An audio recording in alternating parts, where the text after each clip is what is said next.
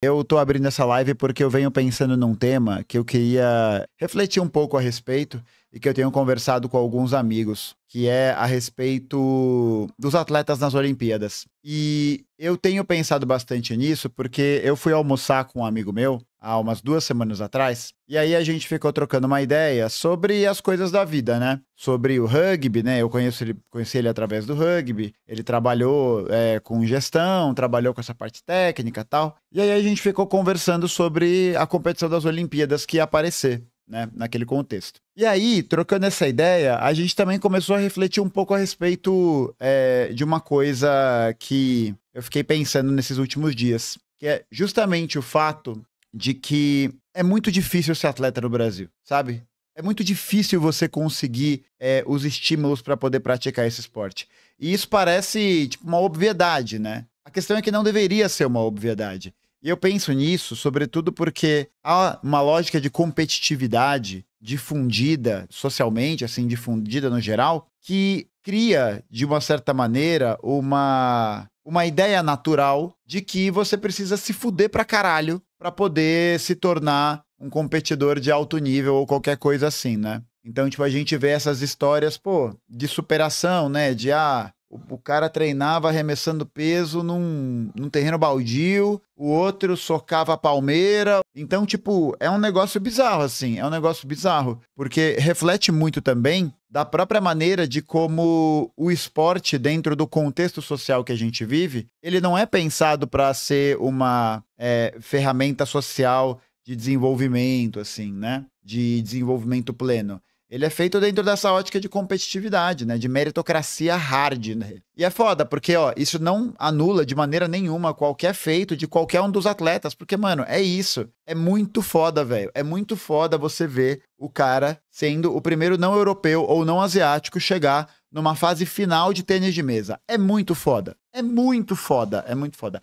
É muito foda você ver as meninas da ginástica artística. É muito foda você ver a medalha de prata na marcha atlética. Tipo, mano, eu acho incrível, assim. Eu acho incrível e tem que ser reconhecido o mérito dessas pessoas por ter feito isso. Só que é muito louco porque tem muita potencialidade que é simplesmente desperdiçada. Simplesmente desperdiçada. Mas desperdiçada por uma lógica que não custeia a vida dessas pessoas. Eu tava lendo sobre isso e conversando com esse meu amigo sobre como que é difícil para os atletas conseguirem se sustentar para se transformar em profissionais de altíssimo nível. Porque não tem programa, não tem recurso, tá ligado? Tipo, você precisa abrir mão de todas as coisas da sua vida, né? Porque é isso, não é uma brincadeira. Não é tipo, eu vou treinar quando... Não, o seu trabalho será se tornar um atleta. Isso é muito complicado, velho. Isso é muito difícil, tá ligado? Quem já jogou esporte num nível ali de médio a alto rendimento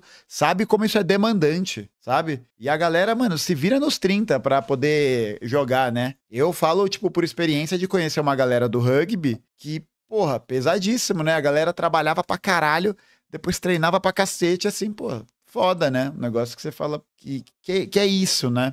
Então, esses atletas que estão dentro da ideia de atletas de se tornar alto rendimento, de viver disso, ganham muito pouco. Tem muito pouco dinheiro, por exemplo, do Ministério do Esporte direcionado para poder pagar a Bolsa Atleta, sabe? Mas, tipo, aí você vai ver, o Bolsa Atleta é R$ 3.500 por mês. R$ 3.500 por mês que você precisa comprovar que você está praticando esporte. E a gente está vendo o corte de orçamento, né? Qual que é a tendência? É esse número de bolsas diminuir, ter um reajuste para baixo, tá ligado? Ainda que houve um reajuste do Bolsa Atleta, mas é isso, ainda é muito pouco. Ainda é muito pouco. Ainda é muito pouco para poder ir para competições internacionais, para poder fazer todo esse aparato de você conseguir se desenvolver plenamente profissionalmente, tá ligado? R$ 3.500 para, dependendo dos esportes, não paga nem o equipamento. E a gente tá falando de atleta olímpico. Tipo, é isso. A gente não tá falando de um atleta de nível de uma competição amadora para profissional, sabe? Tipo, num nível de desenvolvimento. Não, a gente tá falando de atleta olímpico. Olímpico, o mais alto nível de competição. E aí, quando você para ver, por exemplo, o Bolsa Atleta para base, atleta base, é de R$ 410 por mês. R$ 410 por mês. E isso implica, muitas vezes, em você precisar sacrificar tempo de estudo, tempo com a família, com os amigos. Então, eu fiquei pensando muito sobre isso, sabe? Sobre como o atleta, ele tá dentro dessa dimensão de uma precarização do trabalho gigantesca. Ele recebe muito pouco, ele trabalha muito, em níveis estratosféricos.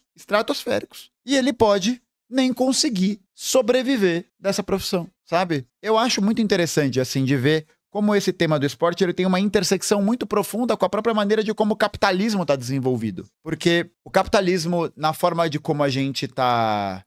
no momento que a gente está vivendo agora, passa por essa fase em que é retirado recurso dos programas de desenvolvimento social, em que a gente teria, por exemplo, o Estado participando ativamente disso, e a gente vê que essas pessoas ficam cada vez mais relegadas a uma margem, assim. Então elas vão sempre depender de patrocinadores privados e, assim, depender de vaquinha coletiva, sabe? Eu acho que é uma nota muito importante para ver como o esporte, dentro desse formato de desenvolvimento, ele não é priorizado como uma prática para poder dar dignidade para as pessoas, né? O Jones fez um vídeo muito interessante sobre isso, em que ele debate a necessidade da redução da jornada de trabalho com relação ao fim da escala 6x1. E eu acho que é importante, porque o esporte, ele não deveria ser uma porta de saída para uma vida fodida, tá ligado? É isso que eu acho, assim, o esporte não deveria ser um lugar em que a pessoa vai lá praticar para tentar ter algum tipo de dignidade, tá ligado? Como profissional. Tipo, é isso ou é nada. Chegar a esse nível de exploração, a esse nível de concorrência, de desumanização, da maneira de como isso é parte ali da precarização da vida social no geral, é parte do projeto de violência das classes dominantes, do Estado, de você eliminar qualquer tipo de possibilidade de vida que não seja dentro de um regime de trabalho profundamente precário, profundamente zoado, em que você ganha muito pouco. Sim, camarada, eu estou usando minoxidil. Sim, eu estou usando minoxidil. Então, tipo, é bizarro assim, sabe? É muito louco, a partir dessa conversa que eu tive com esse meu amigo, perceber a intersecção desses processos. E aí, desse vídeo aí do Jones, o quão importante é a gente entender que o esporte, ele é algo que diz respeito à formação da saúde do trabalhador, mas não da saúde meramente do ponto de vista bioquímico, né? Cardiovascular e qualquer coisa assim. Mas ele é socialização, né? O esporte é a oportunidade de você fazer uma prática, de você conseguir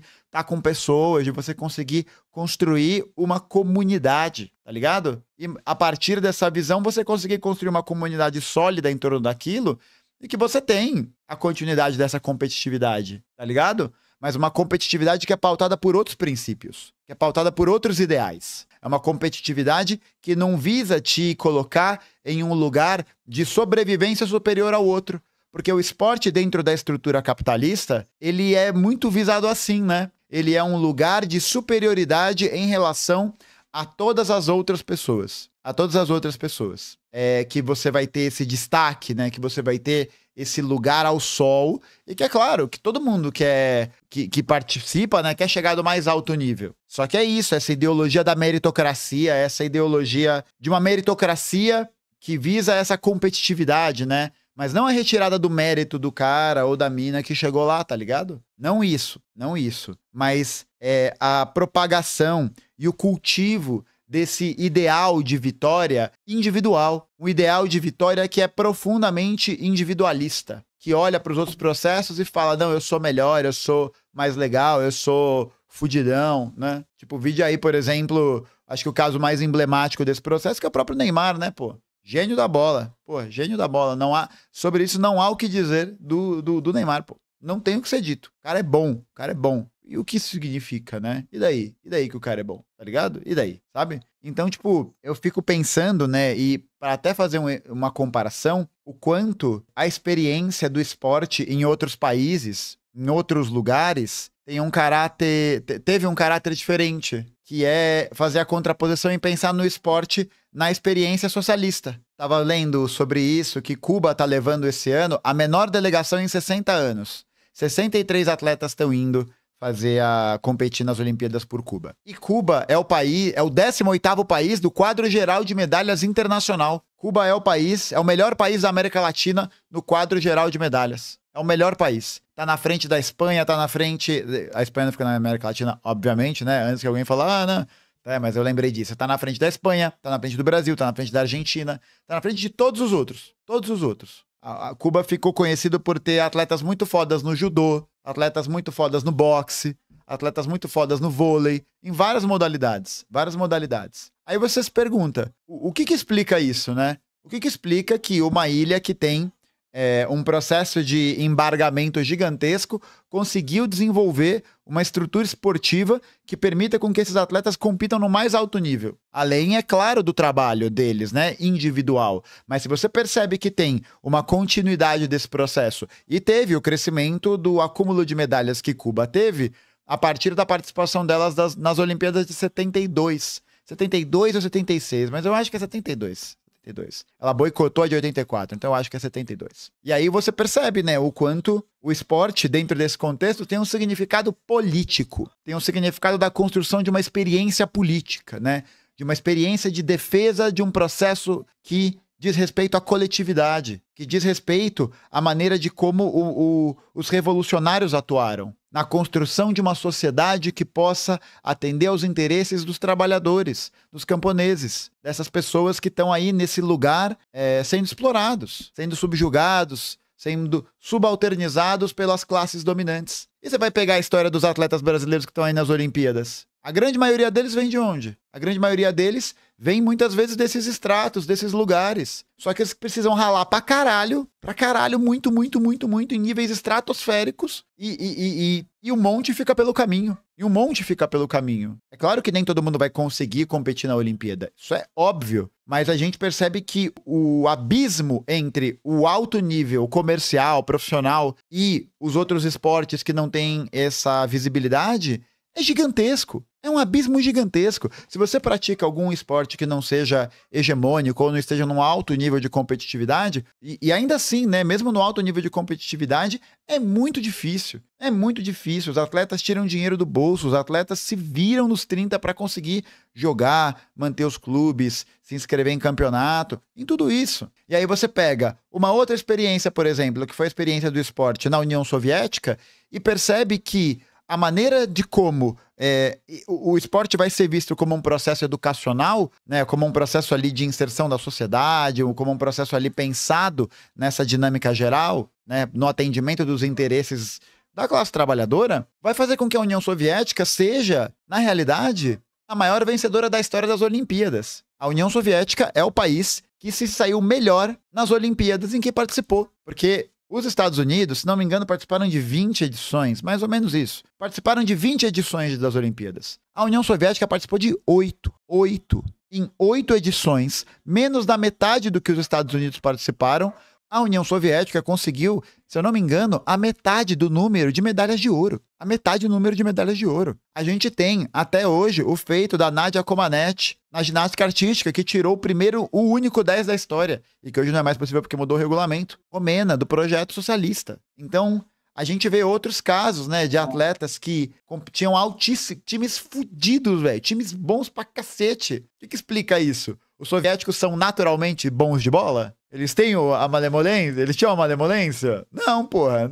Quer dizer, podia até ter, né? Sei lá, mas eu acho que não era bem essa escola. Mas, tipo, você percebe que tem uma variabilidade muito grande, uma potencialidade que é muito grande e que é explorada dentro de um processo de um planejamento central, de um planejamento geral que é pensado para poder atender a todas essas dinâmicas do esporte. Olha aí, por exemplo, agora teve a final entre, por exemplo, a Coreia Popular e a China, na final de tênis de mesa de dupla. A Coreia do Norte que, né, Coreia Popular, um país que, meu Deus, né, tá aí, competindo. E aí você percebe também, né, o quanto a lógica do esporte na ideologia dominante, na ideologia capitalista, na ideologia liberal, ela é, nessa perspectiva, assim, individualista, muito zoada. Porque os Estados Unidos, por exemplo, contam o número de medalhas totais para poder se colocar no lugar de vencedores. A União Europeia, saiu numa notícia que a União Europeia se colocou como União Europeia, como se fosse um país para dizer que estava na frente das Olimpíadas. Pô, meu parceiro, você tá de sacanagem, né? Você tá de sacanagem, tá ligado? Você tá de sacanagem. Então, essa lógica de uma competitividade que muda o critério de acordo com vamos ver aí o que a galera decide, né? Nada ideológico, nada ideológico, nada ideológico. Então, eu acho que é interessante ver o esporte desse lugar, assim, desse lugar como uma ferramenta de possibilidade,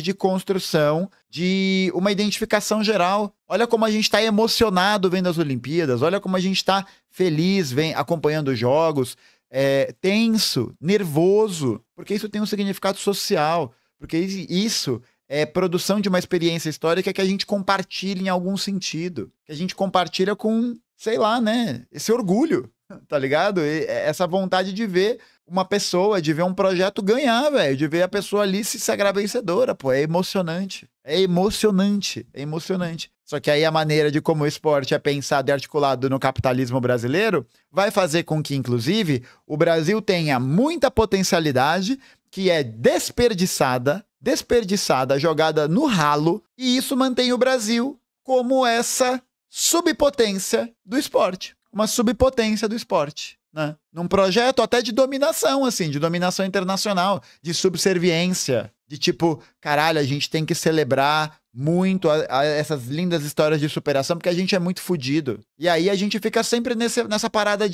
nessa ideia, né, de um segundo lugar, nessa ideia de, pô, olha aí o esforço. Não, mano, a gente tem plena capacidade de almejar liderar a tabela de Olimpíada, parça. E não é nem essa a questão, né? Não é nem esse o ponto, mas seria da hora, mas não é nem esse o ponto. O que é importante nesse processo é a gente perceber todas essas relações estão interligadas. A maneira de como o esporte é pensado dentro da sociedade, a quem ele vai representar, que tipo de mensagem ele quer passar. Para a gente conseguir desenvolver plenamente essa possibilidade de competir em alto nível e também de transformar o esporte em algo que dignifique a vida, a gente precisa quebrar com as estruturas dominantes que existem, tá ligado? A gente precisa quebrar com essas estruturas políticas e que acabam prescrevendo, dando, né, receitando um programa econômico, que no caso do Brasil é o programa de austeridade, de corte de gastos, de diminuição do orçamento, em que esses atletas vão ter cada vez menos recurso, em que não vai haver um planejamento central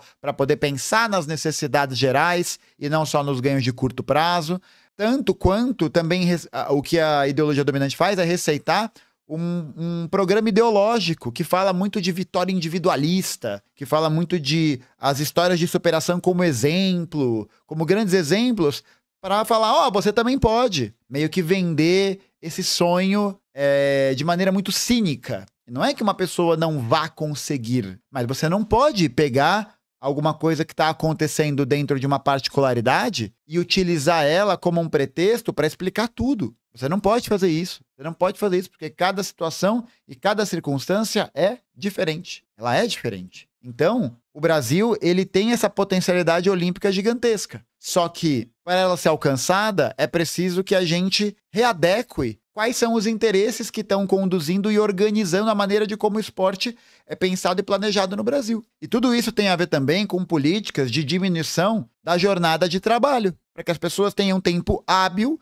não só de praticar para ser olímpico, mas de ir numa academia, de correr na rua, sabe? De passear com o dog, tá ligado? De fazer alguma coisa que ela saia desse regime perene de trabalho, esse regime permanente de trabalho, de cansaço. O fim da escala 6x1, que é outra coisa que impede que as pessoas tenham tempo hábil de lazer, tá ligado? Isso nem existe. E aí uma política que desestrutura tudo, que retira recurso cada vez mais, que reforma a praça quando chega a eleição. Que reforma a praça quando chega a eleição para poder ganhar alguma popularidade aqui no bairro, né? Mas os outros 3 anos e meio passa ali em silêncio. Poucas iniciativas, poucos programas, cada um por si. Cada um por si, tá ligado? Tá ligado?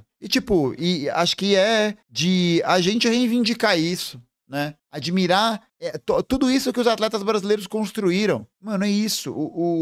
As derrotas fazem parte, as vitórias fazem parte, tá ligado? Faz parte, é parte do jogo. Faz parte. O foda é ver o quão difícil é um atleta brasileiro se dedicar, chegar ali, bater na porta, e é do jogo, às vezes perde. Faz parte. Eu acho que isso me angustia muito mais, velho. Sinceramente, me angustia muito mais. Porque você fala, caralho, um brasileiro que tá disputando ali nas cabeças, nas finais. E aí você fala, caralho, foda, foda, foda. Isso gera ainda mais essa emoção. Ainda mais, tá ligado? E agora é isso, né? Agora a gente celebra essas conquistas, celebra esse alcance incrível. Só de um brasileiro estar nas Olimpíadas é muito foda. Um atleta que se classifica para as Olimpíadas é um negócio muito foda. Mas existe muita potencialidade no Brasil. Mas muita potencialidade. Só que a gente só vai conseguir ver isso na sua plenitude e poder celebrar ainda mais essas vitórias num projeto de sociedade que altere essa lente, que altere esse horizonte, que mude essa perspectiva